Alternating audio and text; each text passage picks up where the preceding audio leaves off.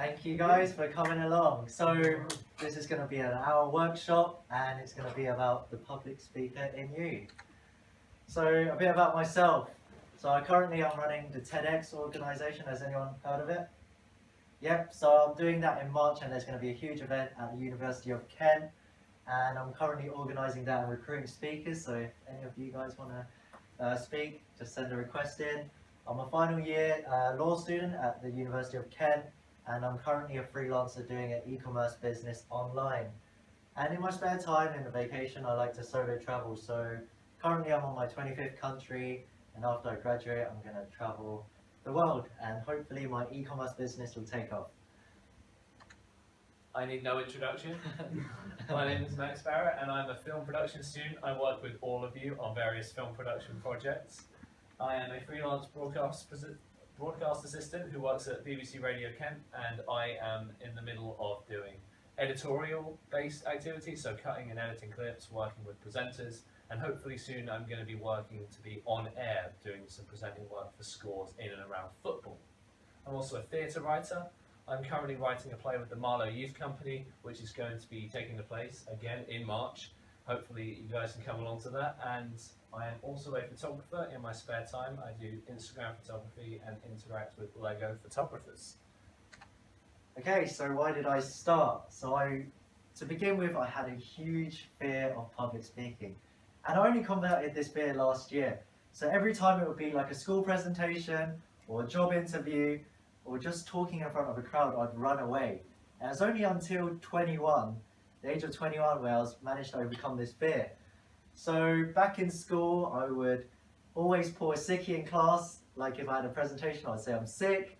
Or if I had to speak in public, I would say I'm ill or I can't make it. And I had to face this fear of public speaking. I was like, this can't hold me back for the rest of my life. So last year in Hong Kong, I did an exchange in the University of Hong Kong, where I did a year abroad, and I took part in a speech contest where I came first place. And I was like, wow, with just 2 months of practice, I managed to get first place. So that was me before, when I first started. I was like this. I couldn't take my hands off my elbows and I was super shy and I couldn't actually get words out of my mouth. I was literally meditating on stage. I was like, and I couldn't really speak. And then that was in my competition where I felt very comfortable on stage, and I think that was with over 100 people. So yeah, come a long way. So for me, why did I start? I used to run a murder mystery company from January 2018 till the end in November of 2018, and I found that I could almost hide behind my stories when I was presenting in front of people. I was confident with the content, but my delivery therefore wasn't so good. So whilst the feedback on my stories was quite good, the feedback on my presentation wasn't so. And I felt that I could just put the piece of paper up in front of me when I was presenting and just hide from people. So I wanted to get involved in public speaking for that. I also wanted to just put myself out there. I had stories I wanted to tell, but felt that writing a novel or writing a script wasn't the quickest way for me to do it. And it also meant that when I joined the Toastmasters organisation that we'll mention later, and they are not sponsoring this despite how much we'll be mentioning them throughout, I found that I could communicate these to groups of 30 or 40 people very quickly. And also confident to lead whilst I studied.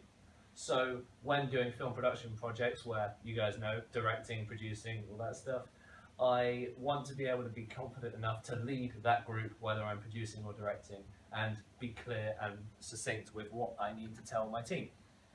So, enough about ourselves. We're going to talk about how to become a better public speaker, and I've summarised this in 3 key points. So, vocal variety, I think this is a huge point in becoming a better public speaker. So, for example, listen to this. Hi, today I will be talking about public speaking. As opposed to this. Hello, and I will be talking about public speaking. As you can see, there's a huge difference in the 2 interactions there. You don't want to be too quiet where you're like in the silent zone at a library, but you want to be loud enough so the back of the stage can actually hear you. Number 2, speaking pace. And I have a problem with this because so many people say I speak too fast when I'm speaking. But you want to keep it at a short, steady pace where everyone can understand what you're saying. And you don't want to speak too slow where people are sleeping, but you want to speak at a normal pace. Number 3, stage presence. So you want to be grounded in the middle of the stage, somewhere where everyone can see you around the whole room, as opposed to somewhere back here where you're hiding, or like against a wall, or like to the side or to the right. You want to be staged and rooted in the middle where you are present to everyone in the room. And here are some other points you might not necessarily think too much about. These are the sort of ones that go almost under the radar. Now, first for me is posture. My biggest one when I started public speaking was holding my shoulders too high. So now I've learned to keep my shoulders quite level and low, and that immediately makes me quite relaxed whilst I'm speaking. Whereas before I used to raise them up like this, and I felt really tense here. You've got the pent up emotion, so you're immediately going into the speech with tension. Whereas when I'm like this, I can immediately open my arms up, and I've got the whole stage that I can talk to, rather than when I'm here, I feel very narrow and focused, and there's just tension. So when speaking, maybe there's a different part of you where you're holding tension from. Maybe it's your hands, maybe you're holding a little bit in your neck too. Just try to realize what that is, and maybe try to feel that out, and actively while speaking, try to reduce that part of your body's tension. Next is heart rate. Now you might actually think this is a bad thing, having a high heart rate when you go in, but actually adrenaline is quite good to have. It's the difference between excitement and fear. Fear is not probably the best thing to be feeling, it's a form of excitement. Try to view it as a positive thing rather than negative, being present rather than just thinking about how negative it's going to be when you're doing it, because everyone, when they're starting a public speech, will have some form of heart rate boost that's going up when it's happening. So don't feel like you're the only person in the world this is happening to. Next is eye contact. So if I'm just doing the speech just to specifically one person, and if my eyes are just focused on them, they're probably going to start to feel a little bit uncomfortable because they'll feel like I'm the only person they're talking to. Yeah. But if you just look across everyone on the stage, it feels make sure everyone feels much more included, because that way you all feel like I'm talking to you more specifically. Whereas if there's one or two people or one side of the room you put the focus on, it can feel like you're alienating one side of the room, whereas the other side might feel like you're putting too much focus on them and that you're too heavy. So when you're finishing this and you come out and talk to people that were sat on the other side of the room to you, they might actually have different experiences, one being negative for a different reason to the other. And last, as I mentioned before, was the hand clasping. So having your hands together can be useful for effect, but if you hold your hands here, you're really restricting the gestures that you can make. If your speech requires you to physicalize an object or something, you want to be able to imagine that object, rather than just having your hands stuck here, which means you can't visualize anything with your hands. And it shows, and that's one form of tension that people can have, where you push your hands together. So mine was raising my shoulders, and I know another one is to push your hands together. So why is it important? So after we've given you all these tips, you may be thinking, why? Why should we public speak? So for everyone to public speak and to continue to public speak, you'll have an increased confidence. There's a correlation showing with the amount of public speaking you do leads to more confidence raised. So for me, I have increased confidence going to Toastmasters every week and learning how to public speak. And this is shown in my social skills, where I can solo travel, and I've been most of the countries by myself and just meeting random people on the streets or like in public, and it's allowed me because I've learned this skill of public speaking and able to speak to anyone at any time. And I think it's very important to look at public speaking not as something where you just stand on stage. So I think some people might think, oh, why is it important to me when they don't actually want to stand up here on stage? But I feel like there's other reasons to public speak. So again, social skills. For me, I really noticed this when I came to university. When I joined college beforehand, I felt more nervous talking to large groups, but coming here, I've been able to stand in rooms of 30 and 40 people, so approaching 3 or 4 new people at a social or a first time at university was nothing to me now, and felt very succinct, very quick, very simple, and helped me put it into context. So socially I felt much more confident, and I could make groups of friends easier, and then that meant that everyone I'd be able to have a good opinion on and work with. Next is job interviews. I only got the job at the BBC working after having done 2 or 3 months of Toastmasters. It's, in a way, another form of public speaking, because you're putting forward the best version of yourself as a performance. And you're trying to sell the best version of you to these people. And instead of having a room of 30 people in a lecture hall, it's in a smaller room. and I feel I've been able to better communicate my strengths and actually realise what those strengths are by being at Toastmasters, because at every single speech they're encouraging you to think of a different aspect of yourself. So I knew what bits I was quite good at versus what bits I weren't so good at, so I could be quite honest when I was in interviews. Next is being on a film set, and I thought if there was going to be more people here, this wouldn't be as relatable, but we're in a room full of film students, so this is a good one. You, as your role on a film set, if you're quite high up, and especially for us as student filmmakers, you need to be able to speak your mind. And if you don't have the skills to speak in front of your team, you need to be able to pull your team aside, whether you're the sound guy, the camera, producer, director, and tell people exactly what you're thinking. Because if something's wrong or not quite right, you need to articulate exactly what that's going to be. And I only feel confident enough to direct and produce and talk to my team without fear of offending them because of public speaking. Because you have to speak in front of your entire crew. And next is just work in general. At Radio Kent, I now have to start presenting on air. I have to read the scores for the football live to 100,000 listeners, and that scares me. And in work, you might be asked to present in front of a group or a crowd. Like here at university, we had to do it for a module where we talked in front of everyone. For some people in their office, they might have to present a new project idea in front of their clients. And when they initially signed up for that job, or at least when I did, I didn't expect to be speaking on air or doing productions in front of people. So it can really help you when you get these things that come up to actually be one of the best speakers because you've actually worked on it before the job started. And next is health. So for those of you who don't know, I have tinnitus, which is a large ringing that you have in your ear. And one of the first things I found out when I got tinnitus was that you need to stay calm. I view it like those old Chinese finger torture traps you'd have where when they're stuck to your hands from either side, and the harder you pull, the tighter you are in the trap. But if you just release the tension, you free yourself from the trap. And the reason I found this relates to public speaking is because when I'm on stage, I know from having tinnitus that I can stay calm in that situation, which to many can seem quite anxious because you've got all this stuff going on in your head.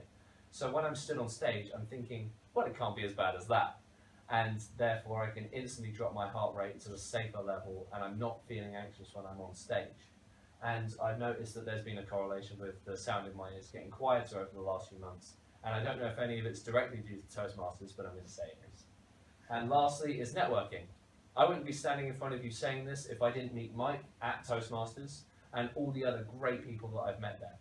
I've managed to stalk and find all of them on LinkedIn, and they've all got really interesting and varied jobs. A lot of them actually very close to the creative fields that we work in. And now I feel like I want to work on more projects with these people. And I would have only been able to find out about them and what they did by being there. And because they're at Toastmasters, they are driven in themselves. They're a specific kind of person that I want to be around. And so I've only been able to network because of public speaking. And now I'll hand you back to Mike with the next bit. Okay, so enough of us speaking, and now it's time for some of you, if you want, to do an impromptu speech, not competition, but table topic. So we all have 2 minutes for each question that I'm going to give you. And when we reach the 1 minute 30 mark, Max over there is going to raise his hand to tell you you have 30 seconds to wrap it up.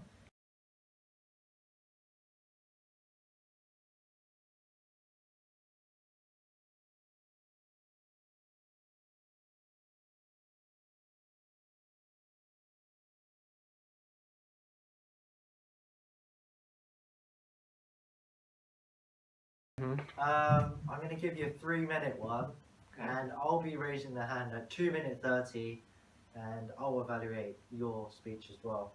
So, okay, what does it mean to be human? Max, what does it mean to be human? You got 3 minutes. Well, as we discussed just a few minutes ago, we were talking about what characters we'd be if we were dressing up as Star Wars characters to go to Comic-Con. And that made me really question what it means to be human. Because Dan over here was going to be C-3PO. And that made me think about the man inside the suit. And what's his name? Anthony... Come on, Star Wars fans, help me out here. Anthony... Forgotten his name. Daniels, correct, sir.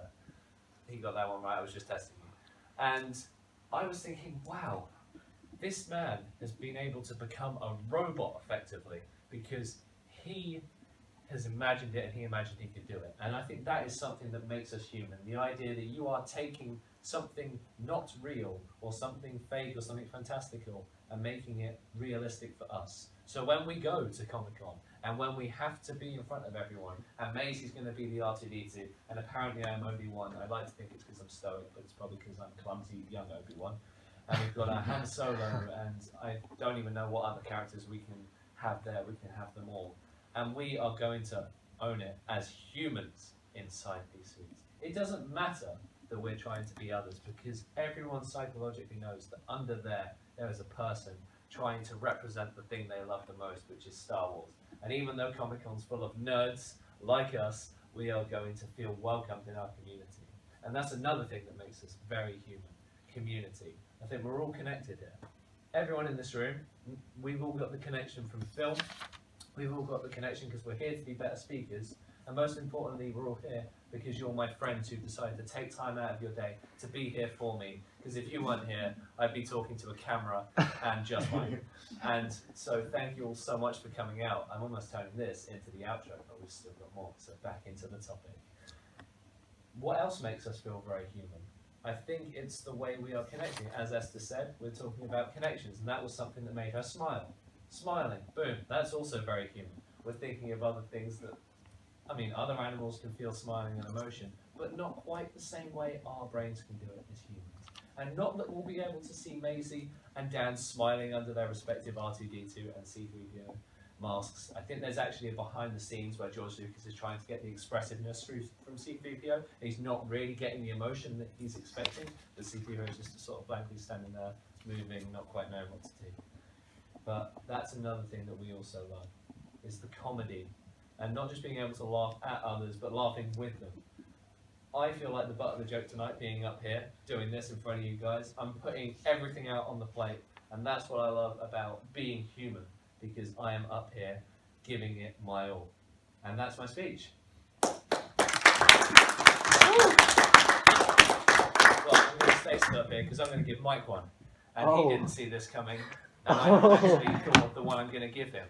But Mike, you've got 3 minutes as well. Oh, okay.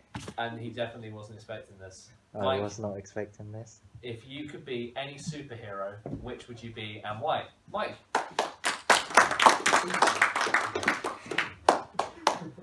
So has anyone watched anime here?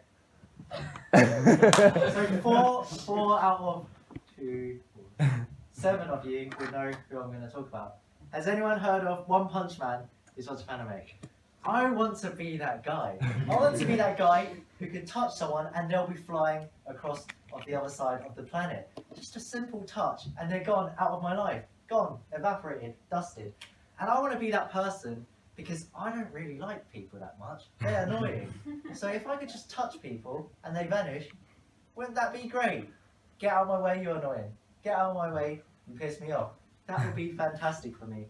And the reason I would like that, for so many reasons. You're in a queue. You don't want all these people in the way. Tap, tap, tap, they're all gone. 5 seconds, boom. Don't have to wait 1 hour to post your bloody item in a post office. You can just tap them away.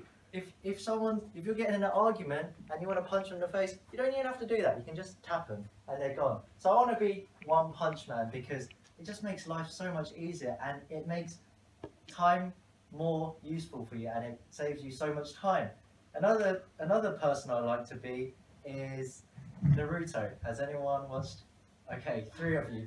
Okay, so Naruto is another anime character and he is super cool because he can do all of these super cool techniques and he can morph into around 20 or 30 characters which are identical to him and he can like jump onto people and do crazy stuff and just kill people.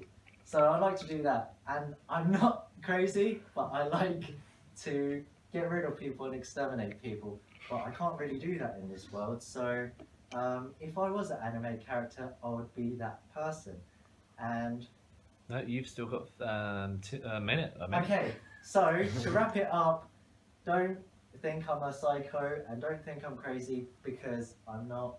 I'm just thinking, if I was this character, I would be this person. So, yes.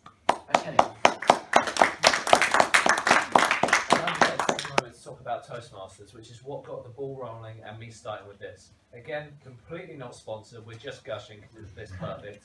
But Toastmasters is an international organisation where you go along to do prepared speeches, and the impromptu section, like you've done tonight, is what half of the Toastmasters meeting is actually about. So now, if you wanted to go along to one, you've already done half the battle. You've already gone in with an experience of doing table topics. And Toastmasters is all about improving your speech. So every week, if you wanted to do a speech for the next time, there'd be specific objectives for what you'd have to do for a speech. Everyone's there for the same reason, which is to improve, and everyone is very encompassing and accepting. Some people go there because they need to improve for a work project because they received poor feedback on their last presentation. Some people, it was because English is their second or even third language, and they need to find a way to articulate themselves within this space. And everyone's fully understanding, and there's so many things in between. I went there because someone suggested it to me from my badminton class. He went, "Oh, I do this public speaking thing, come along." Well, I'll give it a try. But it was great fun, and I don't regret signing up to it. It does cost, like all good things do, sadly, but I'd say it's £180 a year, but for what you're getting, it is worth a lot more. I'd say you're almost getting £3,000 to £4,000 worth of content a year just in that, and you get it for 3 times a month. So you're getting 36 classes a year, and if you start to equate that to how much it costs for degrees and things, it's actually cheap as chips, and it is really worth it. Now, again, I have absolutely no affiliation with them financially, but I just absolutely love going, and I would recommend all of you to at least try it, because you get to go twice completely for free at the start just to see if you like it. You can come along, see what the meeting's like, and if you don't like it, you don't have to come back. If you do, you can keep going. I know everyone has a different way of trying to find their confidence, and this could potentially be yours. It's a very well structured meeting, a lot more formal than this, but still very casual, and everyone's there for the exact same reason, so don't feel any form of pressure at all when you come in. And in that one, you don't even have to do table topics if you feel you don't want to, but you've all done it now, so you're all experts anyway. Evening, and that is the evening done, so thank you.